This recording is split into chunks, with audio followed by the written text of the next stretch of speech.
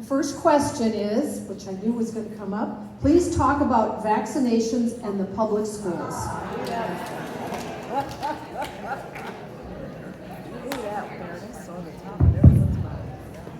I can start with that one. You should get them. Next question.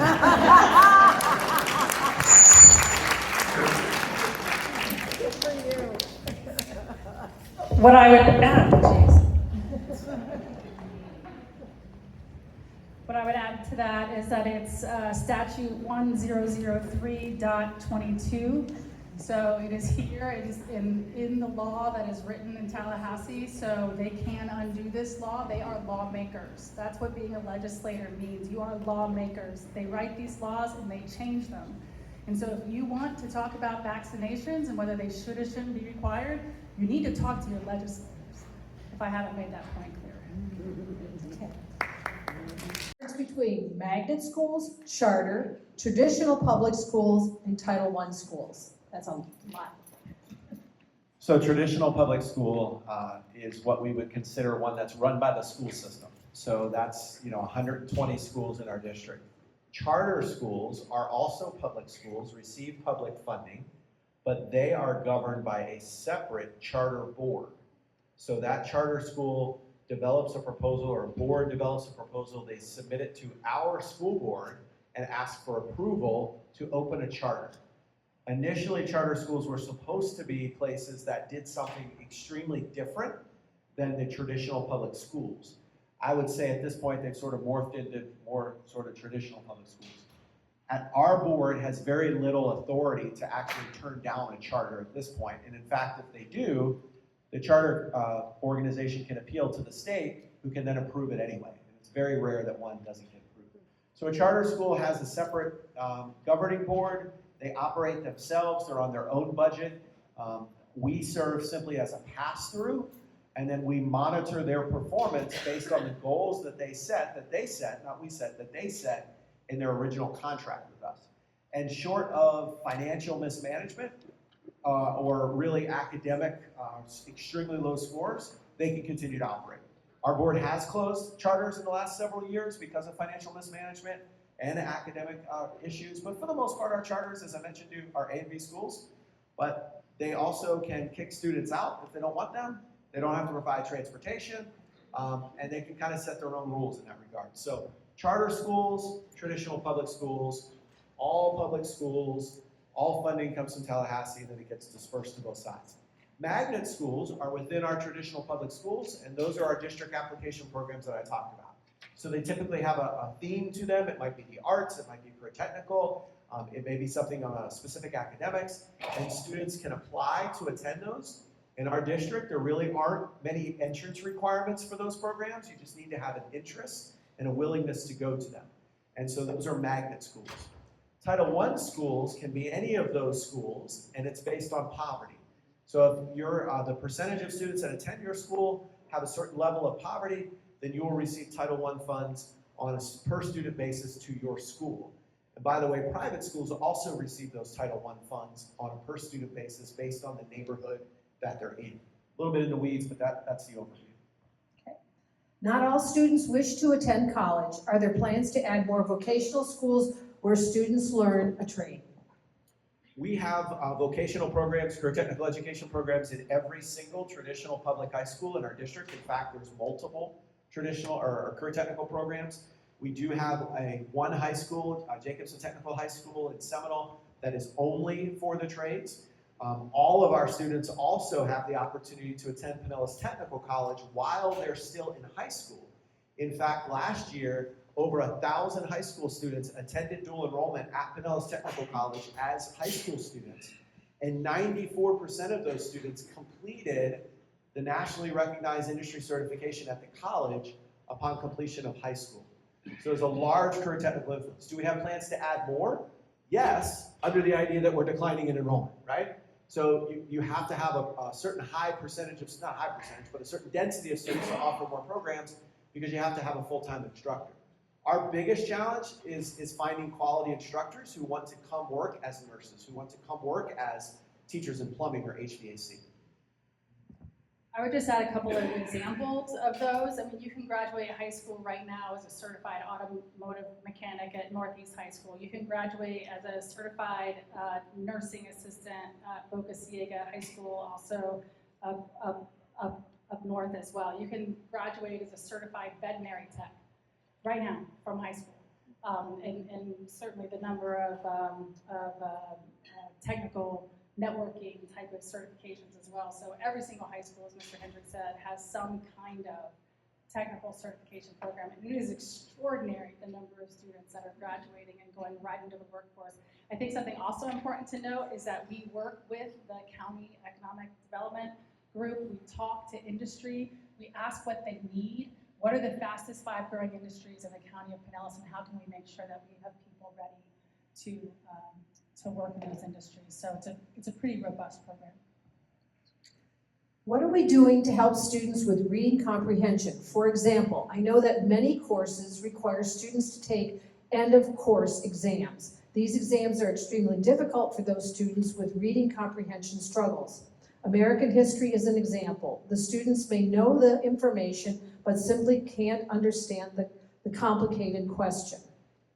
Chief Academic Officer. So many of the content tests are, in fact, reading tests in part. So science, both in 5th grade, 8th grade, and then biology in high school, civics in 7th grade, U.S. history in 11th grade, are typically looked at first as reading tests and then second as content tests. So as you improve and increase the number of students reading on grade level, it gives them a much greater ability to pass those end-of-course assessments. Our student performance on end-of-course assessments is fantastic. I believe our civics is 3rd highest in the state. Our U.S. history is in the top 20. Certainly biology is as well. Our 5th grade science is like 17 points above the state average. It's really high. So students are accessing that at a better rate. What's important when you're talking about end-of-course assessments is not that just you score proficient on the test, but that you actually know the content, right? So go back to what I talked about the experience in the classroom. We can teach all the content, you can memorize the facts, because some of it is simply fact-based and concept-based, but it's also important that you are able to retain it and do things with it. Not that you just pass the civics exam, but that you're a responsible citizen. So we incorporate both and all of that into all of those end-of-course exams. Are school district ratings a surprise announcement, or are you aware of rankings or scores before time? So that's changed over time. One of the, I would say, great improvements in the last couple of years is the progress monitoring assessments that we have. As parents or grandparents, you may think differently from your child who comes home and says, oh, we took that test today. But what it gives us is 2 snapshots, one that's happening right now, another one around winter break, and then the 3rd one at the end of the year. And it shows us very specifically the progress on the state exam.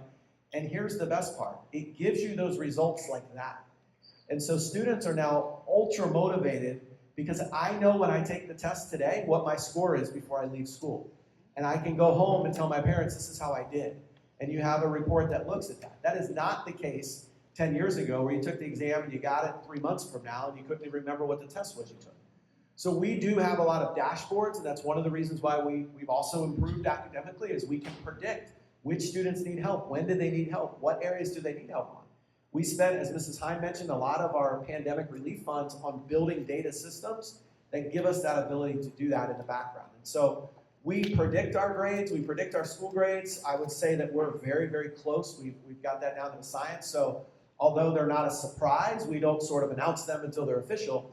But certainly the last 2 years, we knew we were going to be an A based on the data we had. But you never know what Tallahassee's going to do, so you wait for them to tell you. And yeah, they did change the cut 2 years ago. The legislation is now they can't change the rules in the middle of the year. So they can change the cut for next year, but we know what the rules are for this year. I know that seems very normal to most things in life, but hasn't always been the case in our situation.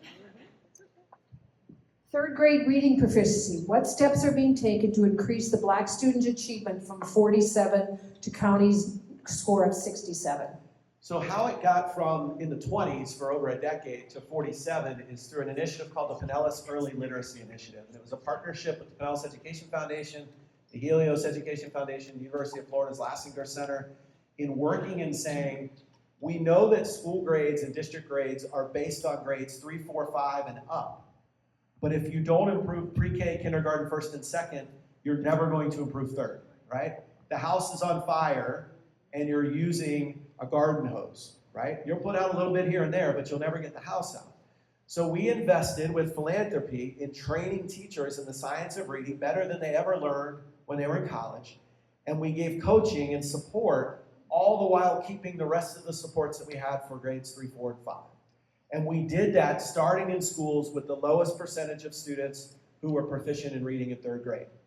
And it wasn't about race or it wasn't about geography. We just simply looked and said, let's look at the lowest 8 schools in our district and let's start there, and then let's go to 12 schools, and then let's go to 14 and 16 and keep going. And that's what we did. And many of those schools were majority black. And so we started there, and that's why you've seen an over 20-point increase in the last decade. But we just did this, really a 17-point increase in the last 4 years. We started it 3 years ago, and it's continued to expand, and it will continue to do that. So we haven't taken those resources away, and that's how we'll continue to move that needle. Are vouchers used for private religious schools? Yes. Yes, they are. And if I had my computer, I would check the number, but it's at least 60% of the schools in Pinellas that receive that money are religious schools. Were any units of theater cut this year? And if so, how many? Are there plans to protect the arts? There were 22.6 units, no. So every year we reallocate units based on the number of students in a school. So the easy way to say this is we are staffed for the number of students we have. We don't staff to say every school gets a full-time nurse, a full-time ESE teacher, a full-time art teacher, a full-time culinary teacher, a full-time. We staff based on the number of students and their choices of coursework. So over my time as a high school principal, I had years where I had a theater teacher who taught 6 periods of theater. I had years where they may have taught 5 periods of theater and 1 period of English because not enough students signed up for theater that year. I had years where I had a full-time early childhood program. I had years where I had a half-time early childhood program. And then not enough students signed up and I had no early childhood program, all right? So it all depends on student interest. So does every single school have art and music in elementary school? Absolutely. Is every one of those teachers full-time? No, because we have elementary, not in that one school, because some elementary schools have 200 students. So if you have 200 students and I serve all the students in that school, that takes me 2 days. We don't redo that again on Wednesday and Thursday and Friday because the regular classroom teacher says, wait a minute, you can't take them every day for art. They get it this many minutes a week. So every student gets a full art and music experience every week in every school. Some of those teachers are full-time in one school. Some of those teachers split between 2. In terms of theater, that's a middle school and high school, especially high school. John Hopkins is unique. You met the theater teacher here earlier because they have a theater program, but most middle schools don't have a full-time theater. They may have 1 period of theater or a club of theater. So were there reductions? Maybe, probably. I can't answer that off the top of my head, but it's all based on what courses students choose. If so many students wanted to take theater at John Hopkins Middle School, we would add a second teacher. It's just based on student interest. This is a comment from the audience. Make it known that the $9,000 voucher does not cover all private costs, so poor families they can't pay for all of the cost per child to attend. It's a comment. Yeah, well, it's absolutely true, and that's what we learn. And first of all, also the tuitions, a lot of the lower local private schools are a lot higher than $9,000, and so the voucher doesn't get a poor family there. And then if it does get them there, then they still have the cost of uniforms, the cost of books, the cost of transportation, all the additional costs that come with it, and they still can't afford to go. So just understand we are in a very different era than we were. Vouchers used to be for low-income students in failing schools.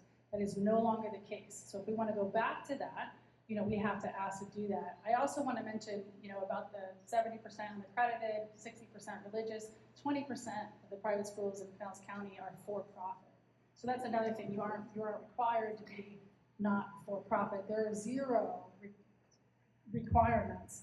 And the thing I want to mention about the $5 billion, being at $1 billion and going to $5 billion, the thing to understand is that we have limited resources, right? And so right now, it might be affecting the public education budget, but we could also get to a day where it's affecting criminal justice, or it's affecting transportation, or it's affecting healthcare. The state of Florida only has so much revenue.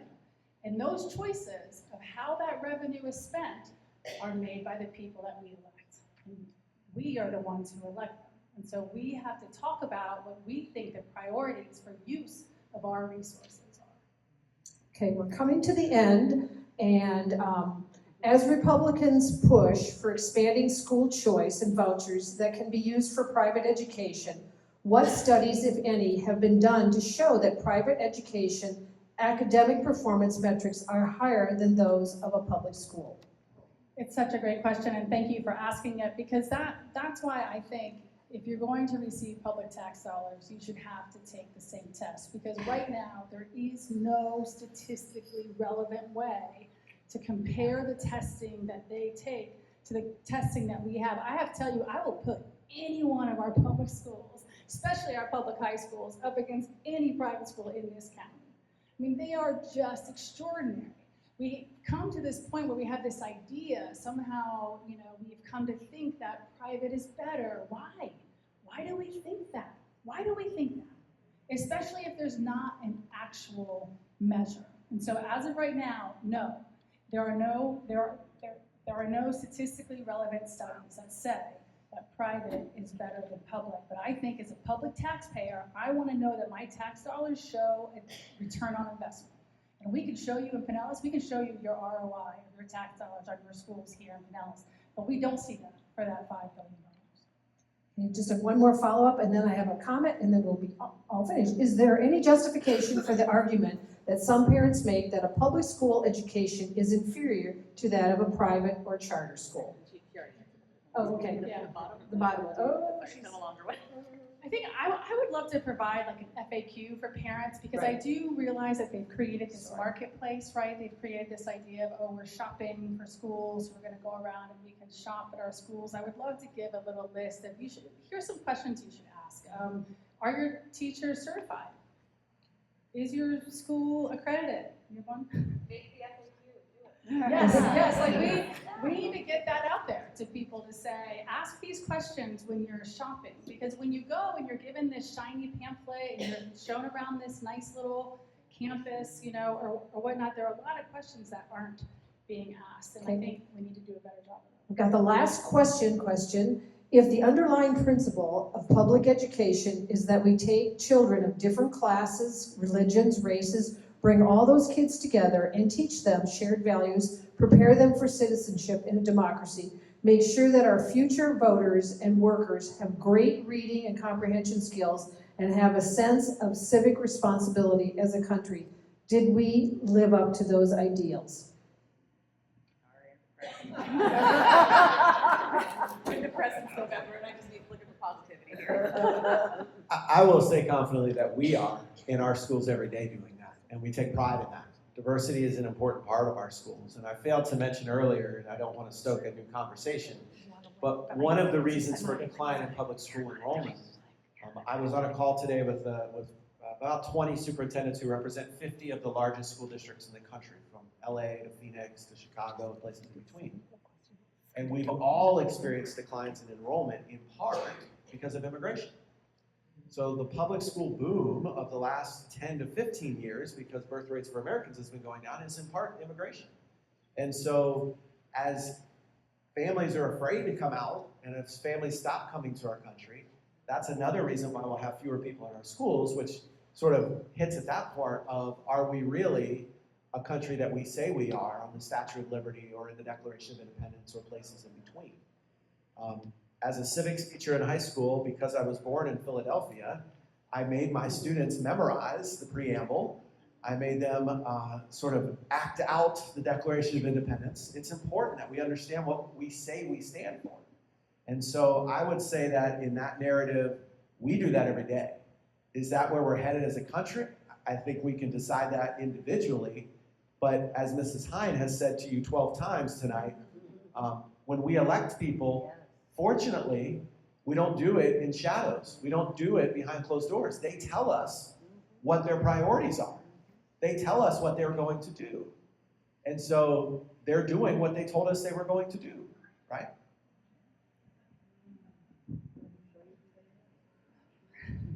I think I would say a few things. First and foremost, what I came to realize that day when I realized my local school was so important to me, and I thought about why is it so important, is I realized that our public schools are the common fabric that bind us as Americans. I deeply feel that.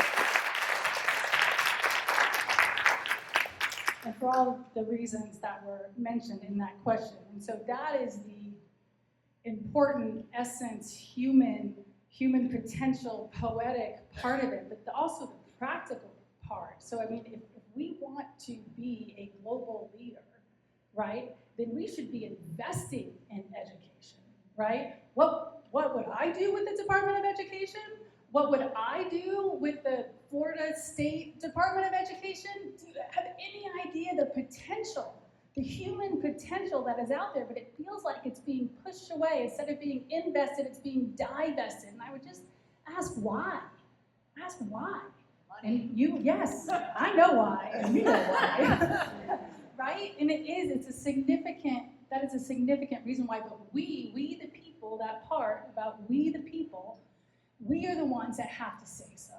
And I think that over the years, public school parents love their schools. They really do. Yes, we're going to complain about things, and we're going to raise our hand when something's not right, and we're going to go speak at school board meetings, and we're going to talk to our principal, and all those kinds of things. But by and large, we love our schools. And so we haven't said much, right? It's time to start saying. It's time to start talking and advocating and saying we love our schools and we want them invested in. It is time. This is time. So I think that elected leaders should be leading for the future, should be leading for leading edge, strong, stable, yes, innovative, but strength and stability matters, right? And right now we're seeing the volatility, all the volatility, and whether it's social media and the way people are running for office in these volatile ways or whatever it is, but can we start insisting that our leaders think long term? Don't just think about the next thing, but what is actually going to build our economic prosperity, what is going to give that social vitality, what's going to give that national security. That's what we need. We need people who are invested in the long term. And public education is a big part of that. Thank you. Well, actually, the last, it's a comment. It says, thank you for all of your service. And one of our audience would like to have the slides, which I'm sure we can provide. And Mrs. Hine, if you want to update yours and send it to us, and we can put it on our website so everybody can take a look at that. But I really want to thank Mr. Hendrick and Mrs. Hine. Thank you so much tonight for